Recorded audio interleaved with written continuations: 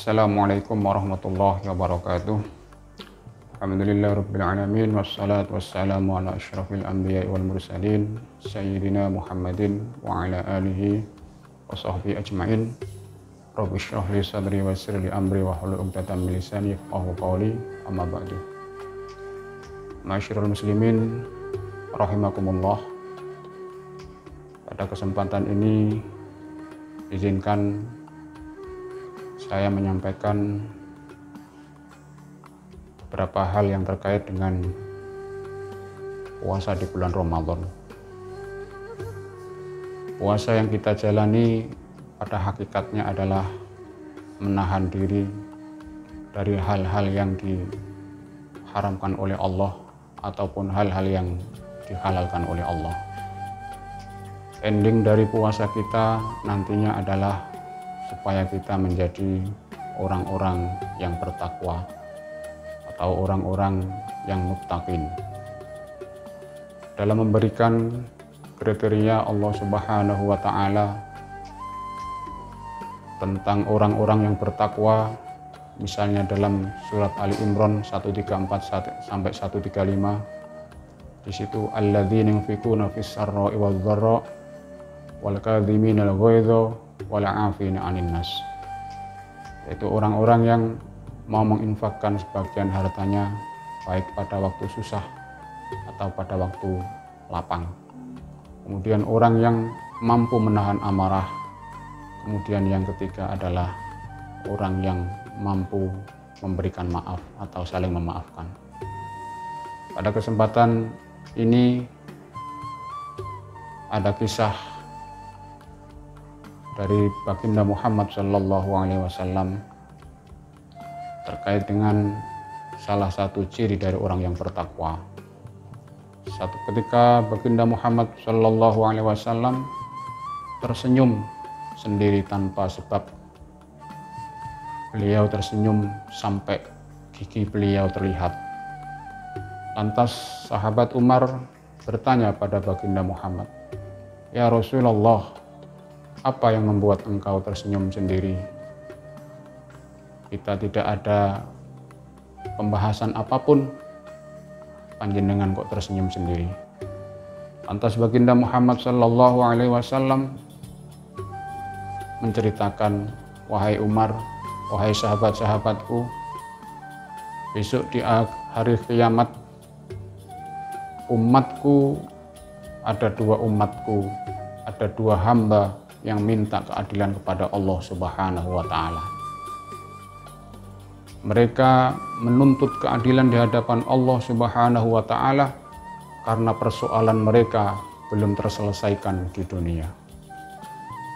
Hamba yang satu meminta kepada Allah, "Ya Allah, si fulan ini di dunia telah melakukan perbuatan zalim kepada saya dan belum sempat diselesaikan di dunia.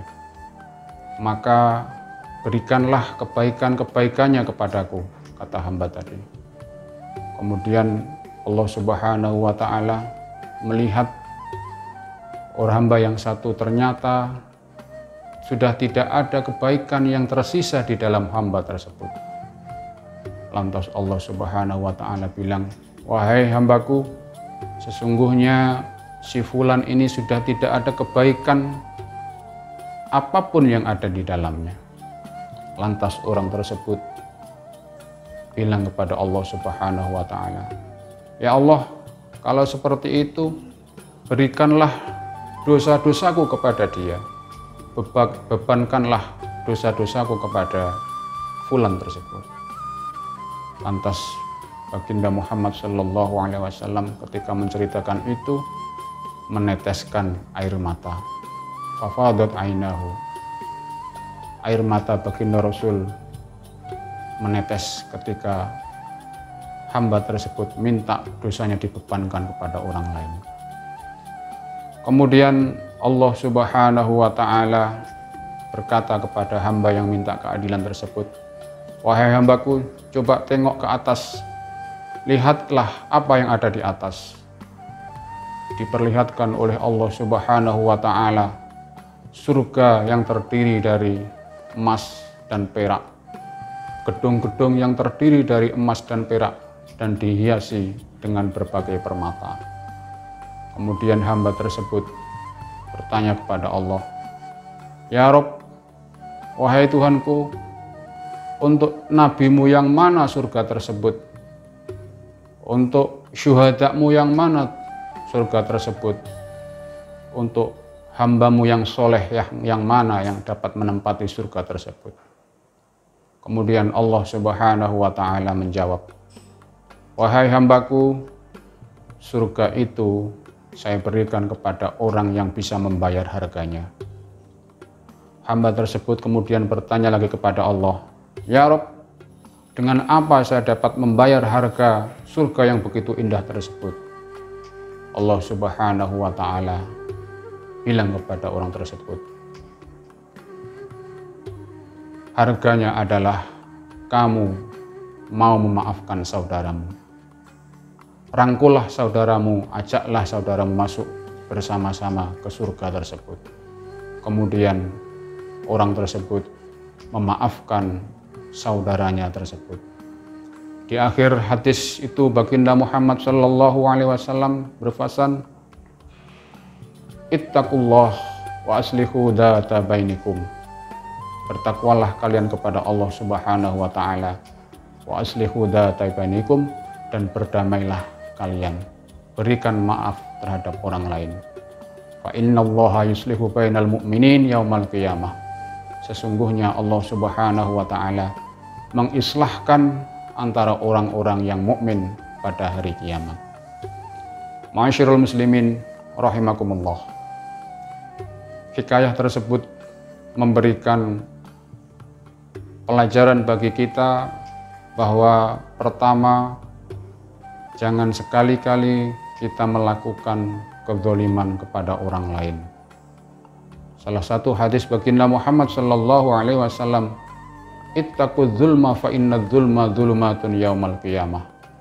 Takutlah kalian dengan berbuat zalim, karena kezaliman itu akan menjadi zulumat, kegelapan besok pada hari kiamat. Ini artinya ketika kita belum bisa menyelesaikan kezaliman-kezaliman kita di dunia, maka besok di akhirat kita akan dituntut oleh orang yang pernah kita zalimi, sekecil apapun kezaliman tersebut. Yang kedua, hikmah yang bisa kita ambil dari hadis tersebut adalah islah atau berdamai. Dalam hal apapun kita dituntut untuk islah, untuk berdamai, dengan harapan kita yang dizalimi oleh orang lain bisa memaafkan kezaliman-kezaliman tersebut. Oleh karena itu, tidak ada jeleknya orang yang memaafkan kepada orang lain. Islah atau berdamai itu adalah cara terbaik untuk menyelesaikan suatu persoalan. Kalau kita tidak bisa berdamai di dunia, maka besok di hari kiamat kita dituntut oleh Allah Subhanahu wa ta'ala untuk berdamai. Wa innallaha yuslihu bainal mu'minin yaumal qiyamah. Sesungguhnya Allah Subhanahu wa ta'ala akan mendamaikan antara orang-orang mukmin besok pada hari kiamat. Oleh karena itu, ma'asyiral muslimin rahimakumullah, sekecil apapun kita mempunyai hutang kepada orang lain, pernah melakukan kezaliman kepada orang lain, maka kita sedapat mungkin selesaikan kezaliman-kezaliman itu ketika kita masih hidup di dunia. Demikian pula apabila ada orang lain yang mempunyai kesalahan terhadap kita, maka lapangkanlah hati kita untuk memberikan maaf kepada orang lain. Ketika kita bisa melakukan itu, kita maka sudah masuk kategori firman Allah, wal afina 'anin nas, termasuk orang-orang yang memaafkan manusia, dan itu adalah merupakan ciri atau tanda-tanda orang muttaqin yang akan dijamin oleh Allah Subhanahu wa ta'ala untuk mendapatkan surga dari Allah Subhanahu wa ta'ala. Amin, Allahumma amin. Saya kira cukup. Ihdinas siratal mustaqim. Wallahul muwaffiq ila aqwamit thoriq. Assalamualaikum warahmatullahi wabarakatuh.